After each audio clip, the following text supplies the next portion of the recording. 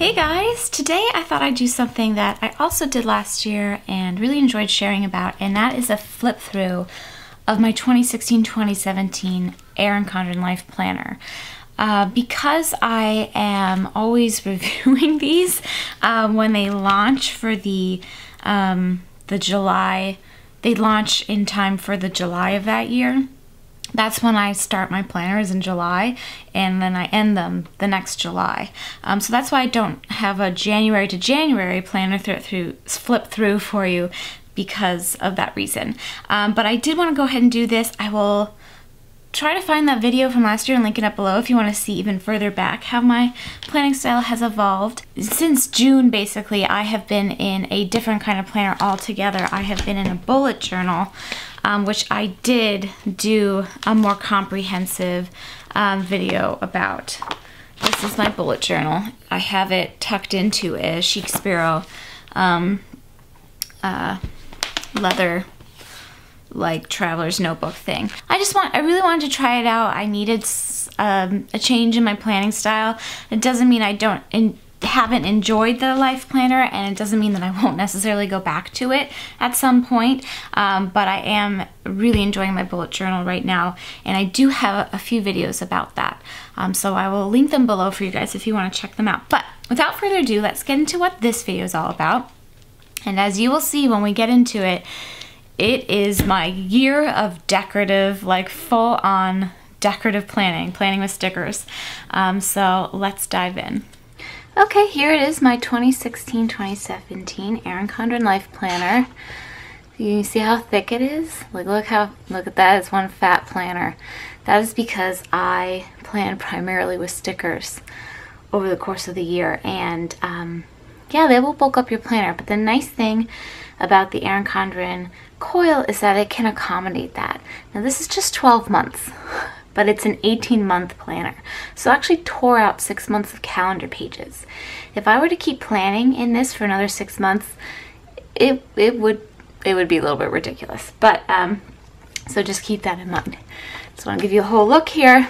Obviously I have the black coil.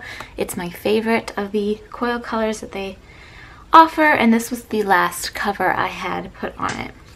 So I'm just going to flip through. I don't think I have anything super interesting in the front. I tend to forget to fill out these front bits. Like, I'm sure it's a really nice place to goal plan and stuff, but I never do anything with it, and I don't generally use the note page, although I did experiment a bit with that.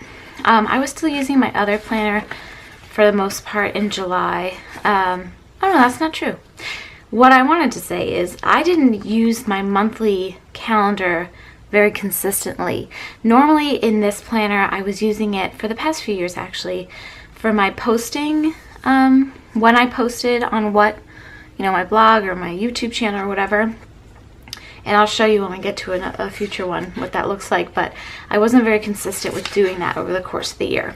So I started this planner the first full week of July, which was July 4th, and you will see very quickly how my planning progresses from using a moderate amount of stickers, and I also love using my Polaroid zip to include little photo memories. So I just use the app that you can get with that's meant for the printer. It's free, and then I just use the collage feature, and if you print two photos on one page, on one collage, and cut them in half, they basically really fit very nicely in the Erin Condren vertical boxes. So you'll see throughout, I like to pop in pictures in my planner. So this is pretty straightforward, not too many bells and whistles. I really love Paper Loving Mommy stickers. I will link some of my favorite Etsy shops for stickers below if you guys are interested. And I also used a lot of the station stickers. They're like monthly sticker kit club. That's all these little kind of decorative ones that I popped in here and there. And then you can see I do start playing a little bit with some decorative planning, with some memory planning, especially on the days that I'm not using the planner. I started to fill in a little bit more with pictures and some decorative stickers. here's a week that I experimented with decorative stickers because I didn't plan it all that week, and I was just experimenting with a full weekly kit. I didn't actually fill it in, I just was playing around.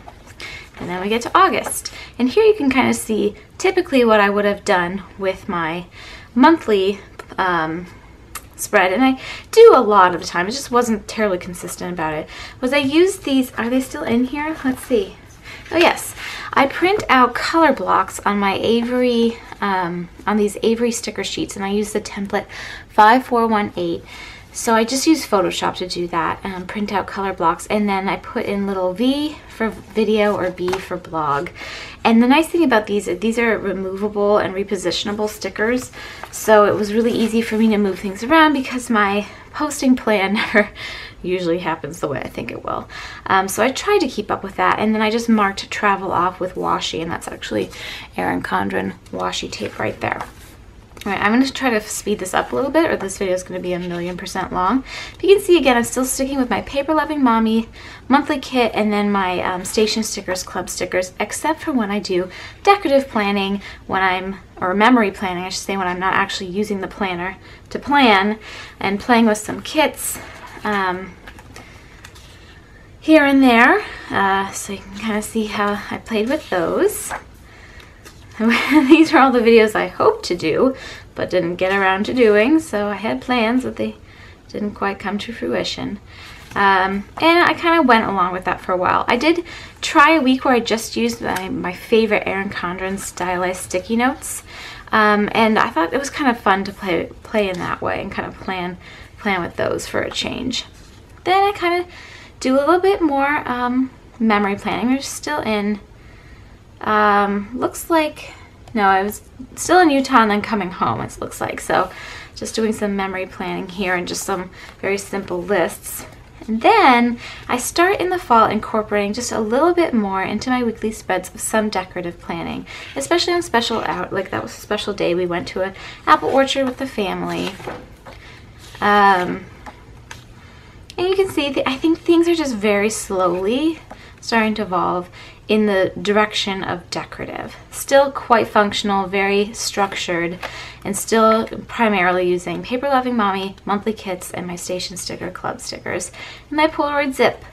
And I really like the way that went. And I should point out that my general way of planning for a lot of 2016 actually was to dedicate the top box in the day to my content. So I used YouTube and blog, header stickers for that, a general kind of personal or home to-do list in the middle, and then the bottom box I left for kind of big things that I wanted to remember or highlight if I had any appointments or special errands I had to run. I kept track of my hydration, and I kept track of my fitness. This is back when I was still really into the Pilates PIT training, which is Pilates intense interval training, which I love. I just have been doing other things lately. So again, you can see, oh, this was the real switch over here. Just kind of bumping along there. And then I actually did a plan with me video on this, and I will link that for you guys because I wanted to play. I just really wanted to buy this kit. This is a Firefly paper kit. I really wanted to try this kit, and I really wanted to try no white space planning just for fun, and I absolutely fell in love with it. So you'll see that I transition to that way of planning from that way on, and then my spreads get a lot busier and a lot more decorative. And they really do actually even evolve even more into the decorative from here. But again, I was still kind of sticking with the same organization of my day in my planner, with the content in the top, to do in the middle, and then kind of important tasks or whatnot in the bottom bar. But just having a bit more fun with it, letting myself play, and I just really got into this. I started doing, I think around here, I started doing weekly Plan With Me videos on a channel I had set up for that called Pretty Neat Planner, which I'm not currently posting on, but I will link the channel if you guys want to see some of my Plan With Me videos. I'll throw that up in a card for you and a link below. But I just started to really enjoy it. It felt like, you know, a way to combine my love of memory planning and functional planning with decorative planning and playing with stickers. And you don't get a lot of opportunities as adults to play with stickers. Oh my gosh, look how little Charlotte was.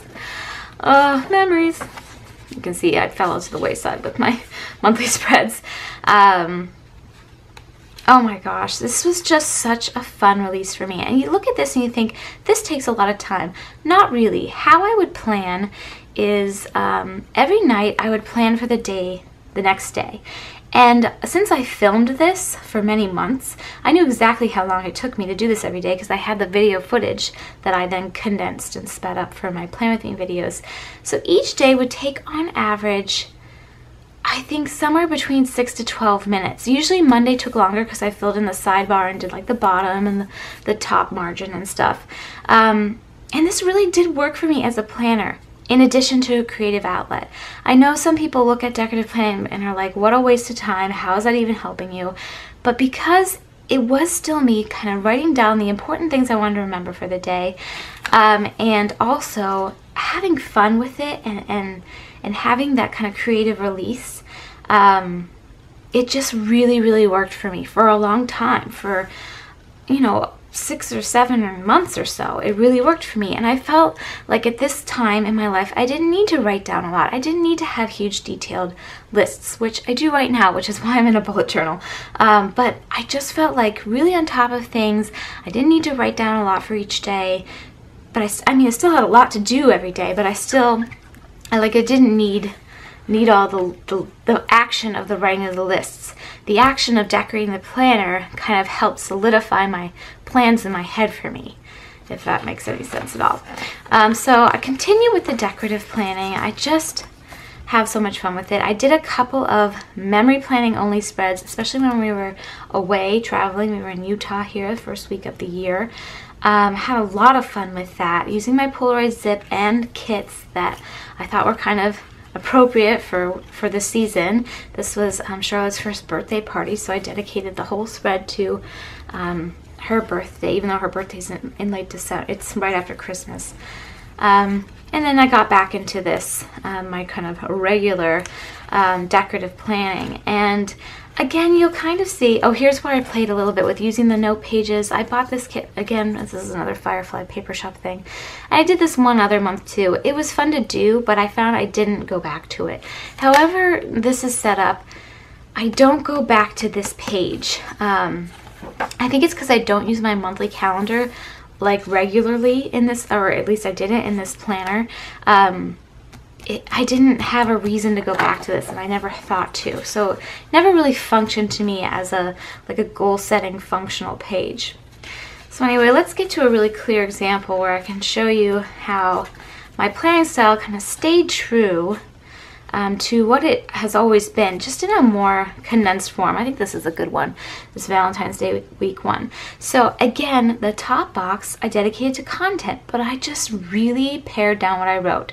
I picked one kind of big task or two big tasks for the day, and I didn't write all the little tasks that go under it. So in this case, edit a video. I didn't write all the little things I have to do under it. I just let that be it. And then again, I kept the middle box as my general or / home to-do list, and the bottom box is my kind of important things to remember, or appointments, or what have you. So I really stuck to the same planning organization in this planner in terms of how I plan in the boxes as they come, the 3 boxes of the vertical planner. Here's a Disney World memory planning spread. How cute. We had so much fun. We went with my in-laws and my sister-in-law's family, and we had the best time. That was back in February. Anyway, see what I mean, not using the monthly spread here. And actually, I skipped a couple weeks here and there where I wasn't using the planner. And then I got right back into it. But yeah, I mean, it still functioned for me in a very similar way. In fact, practically the same way as it did when I was just doing this. But just with a little bit more, or a lot more emphasis on decoration and a creative outlet for myself. And I just had so much fun with this, and I loved sharing the videos, sharing with you guys on Instagram and stuff, and just really enjoy. Here's the Easter spread, how cute. really enjoyed this. Oh, this was the week I went to Go Wild. This is a Christiane Designs kit. This is my first ever, my only ever at this point, trip away from Charlotte. I went to a planner related conference, of course. That's what I would do on my mama time. But oh my gosh, I had a blast. It was so much fun. And yeah, I really stuck with this method. I am a creature of habit. But my planning style did evolve, as you can see, and it just evolved into this, and it worked for me, and I had so much fun with it. I really did. And if you're wondering if decorative planning might work for you, I'd say just give it a try. Don't get too excited and buy like a year's worth of stickers. Buy just like 1 week, or print your own, or use stickers you have on hand and just play in whatever planner notebook you have and see if it might work for you. It doesn't work for everybody, and I'm not saying it should. I don't think any planning style should. But to me, the fun paired with the functional just really made it work for me for a while. Again, it's another note page I used. It was a nice exercise to do once, but again, I never looked back on it, so I'm not sure how effective that was for me, but it was a good experiment. Well, this is around the time where I started to get ready to do something else. So this is what, May? June? Yeah, it's the beginning of June, and I still love playing with stickers. Like, you can tell I'm still really enjoying this. This is not half-hearted planning here. This is like just as into it as I was back in, December. But I just felt like my brain needed something different. This wasn't working for me as a planning method anymore, even though I was still having so much fun in the creative side of things with it. So I think this is my last, this is my last full spread I did this second week in June. How appropriate to end on another, I talk about Firefly Paper Shop so much, another Firefly Paper Shop kit. Oh, and I love my munchkins from Once More with Love. Those are these little cute guys. Oh my gosh, so much fun. But I couldn't, this wasn't functioning for me as a planner anymore, and it's something I started to notice at the end of May. It really kind of happened fast. The end of May, beginning of June, it's something that happened in my brain, and my brain said, it's time to do something else. So I stopped using my planner. We went on a big trip this week.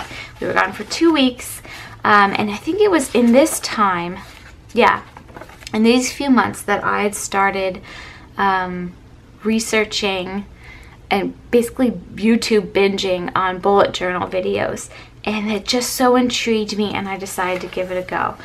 So you can see this is actually how I would pre-plan for my weeks. On Sundays when I was doing this decorative style, I would sit down, I would use my Erin Condren stylized sticky notes and write down kind of all the things that I knew were kind of coming up for the week, and my sidebar kind of major lists that I wanted to tackle. Usually had one for personal, one for content. And I do use my iCal program on my phone to keep track of appointments, and things like this that are already in, things like this that have a time or a specific event related thing, that I keep in my iCal because I always have my phone on me.